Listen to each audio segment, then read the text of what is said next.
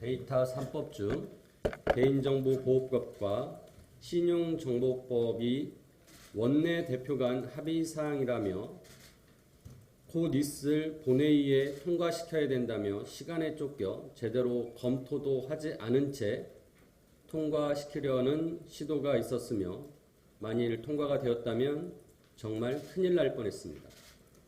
지난 수요일 과방위에서 데이터 3법 중 하나인 정보통신망법을 통과시키면서 부대 의견으로 개인정보보호법에 대한 문제점을 지적하고 법사위에서 데이터 3법이 함께 논의될 수 있도록 해야 된다며 요청을 했습니다.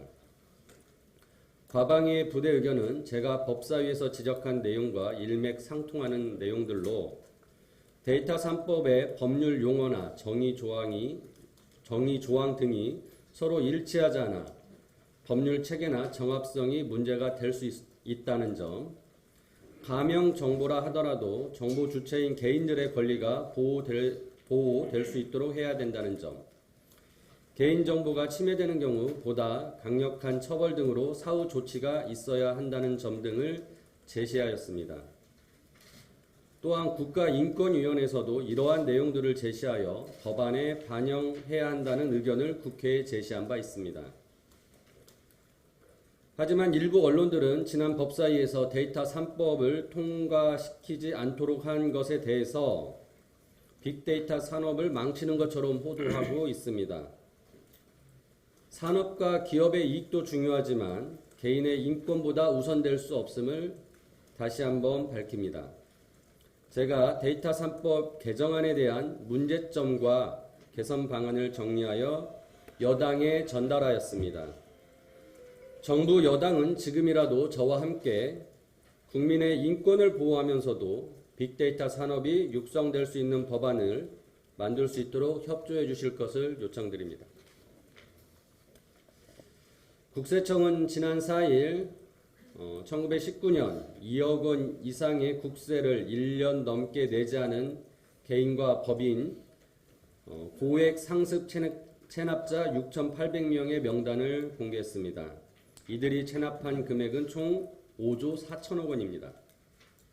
지난주 기재위에서는 고액 상습 체납자에 대해 최대 30일간 유치장에 감치할 수 있도록 하는 국세징수법 개정안을 의결했습니다. 호화 생활을 누리면서 밀린 세금은 나몰라라 하는 고액 상습 체납자의 기본권을 제한하고 체납세금 징수율을 높일 수 있다는 점에서 환영할 만한 일입니다. 다만 모든 체납자가 악의적으로 납세 의무를 회피하는 것은 아닙니다. 경기 침체와 사업 부진 등으로 납부 능력을 상실한 국민과 재산을 빼돌리고 고의로 세금을 체납하는 국민에게 동일한 잣대를 들이대면 안 될 것입니다. 조세 부과에 있어의 형평성도 중요하지만 기본권 제한에서도 형평성은 매우 중요합니다. 이를 위해 체납자에 대한 감치 신청이 이루어지기 전에 충분한 의견 진술과 소명 자료 제출 등이 이루어질 수 있도록 시행령을 마련해야 할 것입니다. 정부는 권리만 누리고 의무를 회피하는 악의적 고액 상습 체납자를 줄이는 것이 곧 공정경제 실현의 밑바탕이 된다는 점을 명심하고 실효성 있는 제도 개선에 힘써주시기 바랍니다. 마지막으로 오늘 10시에 국회 도서관 소회의실에서 가맹사업 미투 브랜드 난립 방지를 위한 정책 토론회를 제가 주최하기로 하였습니다. 토론회 자리에서는 사업 노하우를 충분히 갖추지 못한 가맹본부의 난립을 막기 위해 사업 개시 전 직영점 운영 경험을 의무화하도록 하고 가맹사업자인 소상공인의 피해를 방지하도록 하는 내용을 다룰 예정입니다. 언론에 많은 관심을 부탁드립니다.